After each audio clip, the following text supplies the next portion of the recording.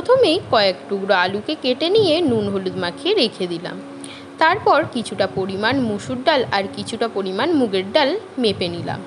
তারপর কড়াইয়ে তেল দিয়ে মুগের ডালটা ভাজার জন্য কড়াইয়ের মধ্যে দিয়ে দিলাম। একটু লাল লাল করে ভাজা হওয়ার পরেতেই কড়া থেকে নামিয়ে নিলাম।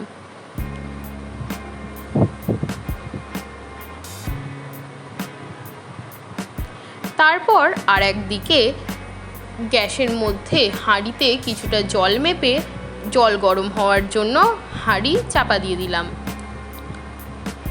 জল গরম করতে বসিয়ে দিয়ে অন্যদিকে কড়াইয়ে তেল দিয়ে কিছুটা তার মধ্যে আলুগুলো ভাজার জন্য বসিয়ে দিলাম।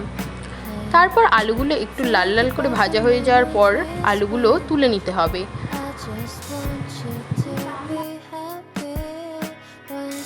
আলু তুলে নেওয়ার পরে সেই কড়াইয়ে কিছুটা তেল দিয়ে আগে থেকে কুচি করে রাখা পেঁয়াজগুলো ভাজার জন্য কড়াইয়ের মধ্যে দিয়ে দিতে হবে।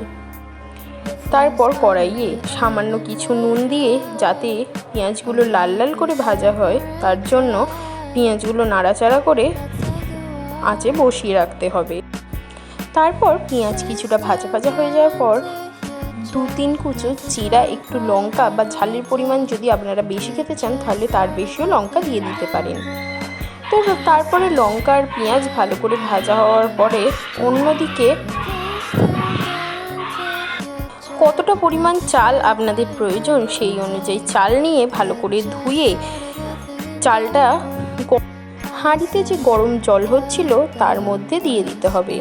তারপর আবার সেই গরম হাঁড়ির ঢাকা দিয়ে দিতে হবে। আর অন্যদিকে পেঁয়াজ ভাজা হয়ে গেলে তার মধ্যে পরিমাণ মতো রসুন বাটা দিয়ে ভালো করে নাড়াচাড়া করতে হবে।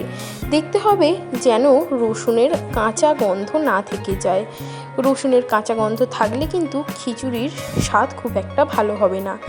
ভালো করে রসুনটা ভেজে নিয়ে তার মধ্যে সামান্য পরিমাণে আদা দিয়ে দিতে হবে। আদা বাটা দিয়ে কিছুক্ষণ নাড়াচাড়া করার পর ভালো করে তার মধ্যে দিয়ে দিতে হবে ধনে জিরে বাটা। ধনে জিরে বাটা দিয়েও ভালো করে নাড়াচাড়া করতে হবে, কারণ মশলা যদি ভালোভাবে কষা না হয়ে থাকে তাহলে কিন্তু খিচুড়ির মধ্যে আষ্টে একটা মশলার গন্ধ পাওয়াই যাবে, তাতে কিন্তু খিচুড়ি খুব একটা ভালো খেতে হবে না। তো মশলা ভালো করে কষিয়ে নিয়ে তার মধ্যে দিয়ে দিতে হবে হলুদ গুঁড়ো আর লঙ্কা গুঁড়ো। হলুদ গুঁড়ো আর লঙ্কা গুঁড়ো দিয়েও ভালো করে নাড়াচাড়া করে সামান্য পরিমাণে জল দিতে হবে। দেখতে হবে যেন কড়ার নিচে ধরে না যায়। সামান্য পরিমাণে জল দিয়ে ভালো করে নাড়াচাড়া করার পরে গ্যাসের আঁচ আস্তে করে কিছুক্ষণ রেখে দিতে হবে, কারণ মশলা থেকে তেল বের হয়ে যাওয়া মানে বুঝতে হবে মশলা কষা হয়ে গেছে। মশলা থেকে তেল বেরিয়ে গেলে মশলার মধ্যে আর আষ্টে গন্ধটা থাকে না, মশলার মধ্যে যে কাঁচা গন্ধ সেটা আর থাকে না। তাই মশলা থেকে তেল বেরোনো পর্যন্ত অপেক্ষা করতে হবে। মশলা থেকে ভালো করে তেল বেরিয়ে গেলে বুঝতে হবে মশলা কষা হয়ে গেছে। আর অন্যদিকে যে চাল ফুটে গেছে সেই দিকে লক্ষ্য রাখতে হবে। তার মধ্যে দিয়ে দিতে হবে ভালো করে ধুয়ে রাখা মুসুর ডাল। মুসুর ডাল দিয়ে একটু নাড়াচাড়া করার পর দিয়ে দিতে হবে তার মধ্যে ভাজা যে আলুটা রাখা ছিল সেগুলো দিয়ে ভালো করে নাড়াচাড়ার পর আবার কিন্তু ঢাকা দিয়ে দিতে হবে। আর অন্যদিকে মশলার তৈরি হয়েই গেছে, মশলা থেকে তেল ছেড়ে দিয়েছে মানে মশলা প্রায় কষা হয়ে গেছে। তো তারপরে ঢাকনা খুলে মশলাটা খিচুড়ির যে চাল তার মধ্যে দিয়ে দিতে হবে।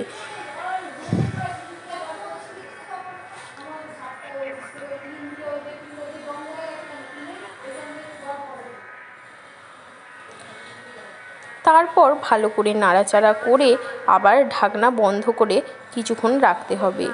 বেশ কিছুক্ষণ ফোটার পরে ঢাকনা খুলে দেখবেন একটু হালকা হলুদ হলুদ কালার এসছে, তখন বুঝতে পারবেন প্রায় হয়েই এসেছে। তারপর আবার কিছুক্ষণ ঢাকা চাপা দিয়ে রেখে দেওয়ার পরে কিছুটা ঘি দিয়ে ভালো করে নাড়াচাড়া করে আবার কিছুক্ষণ ফোটার জন্য রেখে দিতে হবে। ভালোভাবে ফুটে গেলে আর সুন্দর একটা ঘিয়ের গন্ধ বেরোলে বুঝে যাবেন খিচুড়ি হয়ে গেছে। তো এই রকমই ভিডিও দেখার জন্য চ্যানেলটা সাপোর্ট করুন